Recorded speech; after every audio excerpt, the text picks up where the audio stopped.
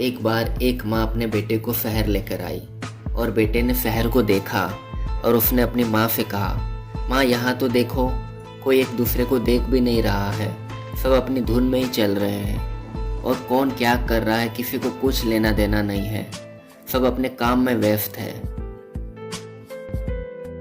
और हमारे गांव में तो लोग अपने घर को छोड़कर दूसरों के घर में ही झांकते रहते हैं कि ये लोग क्या कर रहे हैं, और यहाँ देखो सब अपने काम में ही व्यस्त है।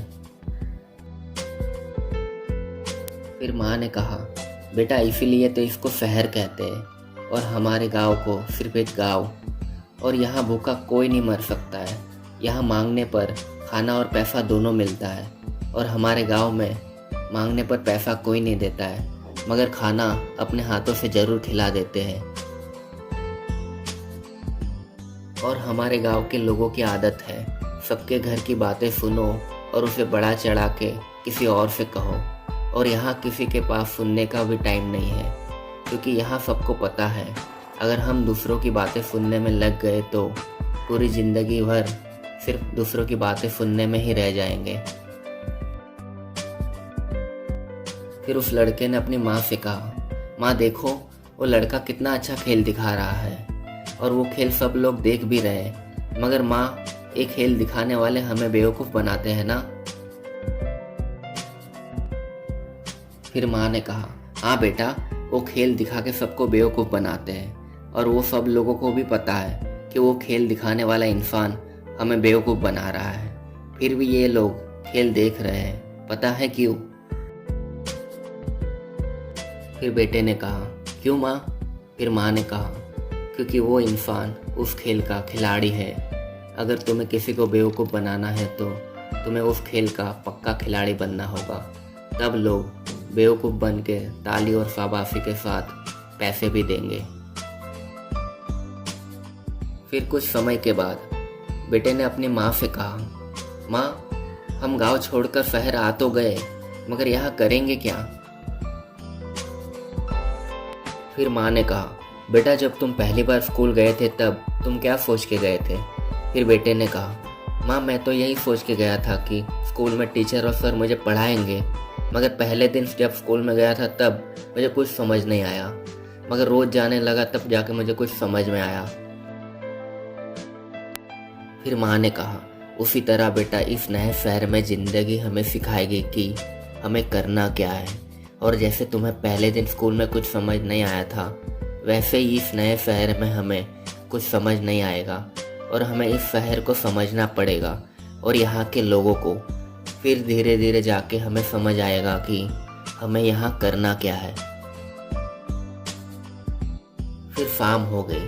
फिर बेटे ने पूछा, माँ सुबह से शाम हो गई, थोड़ी देर में रात हो जाएगी और मुझे बहुत भूख लगी है, और आपको भी बहुत भूख लगी होगी ना? फिर माँ ने कहा, बेटा मुझे भी बहुत भूख लगी है, मगर हम अभी खाना नहीं खाएंगे। फिर बेटे ने कहा, क्यों माँ? पापा तो कहते थे टाइम पे खाना खा लेना चाहिए। फिर माँ ने कहा, इसीलिए तुम्हारे पापा टाइम पर ऊपर चले गए। फिर बेटे ने कहा, मतलब? फिर माँ ने कहा, मेरा मतलब आपके पापा बहुत होशियार थे और आपकी तरह गोलू मोलू थे, और उनको डॉक्टर ने मना किया था कि ज़्यादा मीठा मत खाना और जितनी भूख हो उतना ही खाना खाना, मगर तुम्हारे पापा तो जितनी भूख रहती थी उससे कई ज़्यादा खा लेते थे। मुझे तो कभी कभी लगता था कि तुम्हारे पापा कुंभकर्ण का दूसरा रूप है। फिर एक दिन उनकी जान उसी भूख ने ले ली। फिर बेटे ने पूछा, मगर माँ पापा की जान भूख ने कैसे ली?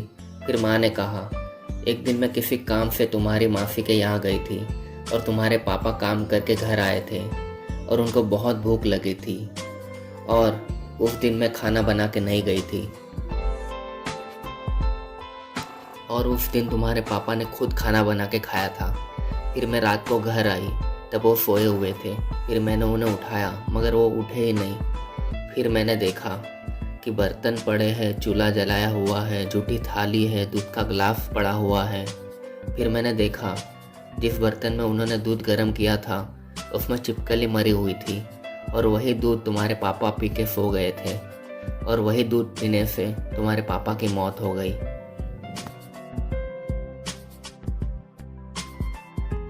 फिर बेटे ने कहा, पापा को थोड़े टाइम तक भूख बर्दाश्त करनी चाहिए थी। अगर वो भूख बर्दाश्त करते तो उनकी जान बच जाती ना माँ। फिर माँ ने कहा, हाँ बच जाती, और इसीलिए मैंने कहा मैं अभी खाना नहीं खाऊंगी और तुम भी मत खाना। हम जितना दर्द और जितनी भूख को बर्दाश्त करेंगे उतनी ही ज़्यादा हमारे जीवन की आयु बढ़ेगी। फिर रात को बेटे ने सोते हुए अपनी माँ से कहा, माँ हम गांव में तो घर में सोते थे ना, और यहाँ हम रोड पे सो रहे हैं। फिर माँ ने कहा, बेटा ये रोड नहीं है, ये भी एक घर है। देखो सबको कैसे आराम से सो रहे हैं अपना घर समझकर। बस फर्क सिर्फ इतना है, ऊपर छत नहीं है और पंखा नहीं है और हमें कोई सोते हुए नहीं देख रहा है। और हमेशा ये बात याद रखना, चाहे हम ज़मीन पर सोए या आसमान पर, दोनों काम भगवान ही करता है। आसमान पर भी भगवान ही बिठाता है और ज़मीन पर भी भगवान ही लाके छोड़ देता है। फिर बेटे ने अपनी माँ से कहा, माँ हमें कोई देखे या ना देखे मगर ऊपर बैठा भगवान हमें ज़रूर देख रहा है। वो हमारे इस नए शहर में मदद ज़रूर करेगा। फिर माँ ने कहा, बेटा एक बहुत बड़े सुपरस्टार ने एक डायलॉग बोला था कि भगवान के भरोसे मत बैठो, क्या पता भगवान हमारे भरोसे बैठा हो। इसलिए हमें खुद अपना रास्ता ढूंढना होगा और हमें ही दर्द और भूख को बर्दाश्त करना होगा और हमें ही इस दुनिया से और इस दुनिया के लोगों से लड़ना होगा। और लोगों का तो अच्छा टाइम आता है मगर हमारा अच्छा दौर आएगा। स्वयं विचार कीजिए। जय श्री कृष्ण।